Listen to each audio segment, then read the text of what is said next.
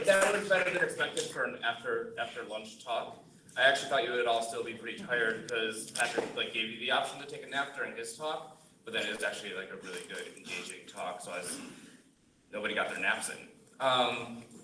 So this is my talk, Repo 911. We're going to be talking a little bit about repositories that have gone horribly wrong. This is going to be based off of a lot of experience that I've had working with GitHub Enterprise customers as a services engineer, helping migrate to GitHub Enterprise, configure, and rescue repositories that may need some help. When we came up with a name for this talk, I realized afterwards that some of the context may be missing here in Europe. Repo 911 is a little play off of an American TV show called Reno 911. It's a police action comedy TV show, and 911 is our emergency phone number in the United States. I think here in Europe it's like 0118999881199. 9119725. All right, cool. I did not memorize that for this talk.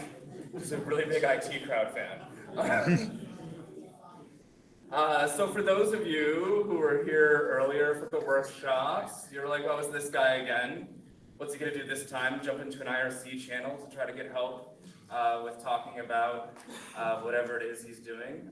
For those of you who are not here earlier, I am Kyle Macy. I am a services tools engineer at GitHub. It's a team that was just created last week. I kind of shifted over into this position.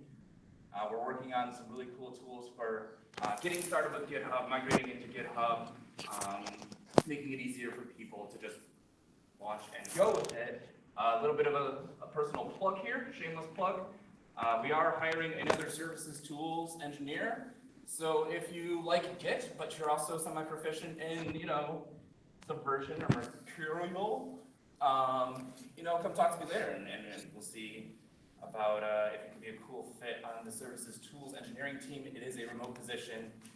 You don't have to hang out with me in Rochester or in San Francisco. Yes. Before we kind of go into what sort of scenarios we're looking at, I want to kind of introduce the tools that we're going to be using today. The first being the BFG repo cleaner. This is a Java-based utility that is an alternative to Git filter branch. It is specifically targeted towards removing large files from repositories and scrubbing sensitive data from your Git history. This is a great way to either audit out things from your commit messages or from, not from your commit messages, from your commit history, as well as increase the performance of your repository. We'll talk about that a little bit more in a second. Also introduce Git filter branch. Doesn't have its own website, but it has a man page. Now that I said that BFG is an alternative to Git filter branch, as I'm sure many of you know, does far more other cool things, and we're going to use this to scrub garbage out of Git commit messages. And we'll see why we might need that in a minute.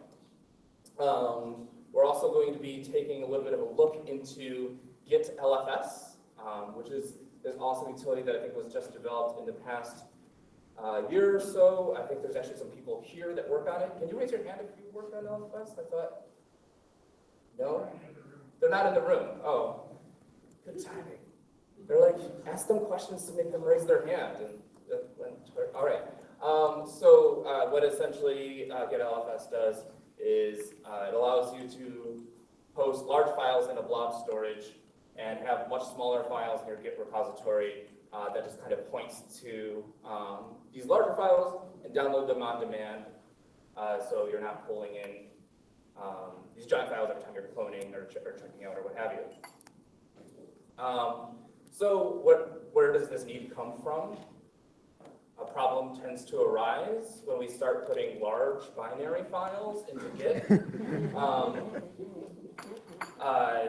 This could be like build artifacts, this could be your project assets, your class files, things that Git wasn't necessarily built originally to handle. We all know that Git is super fast, But a large part of that is because it was built with the assumption that we would only be versioning source code, and some people have a tendency to gently ignore that and put other things in there. And so when we start putting these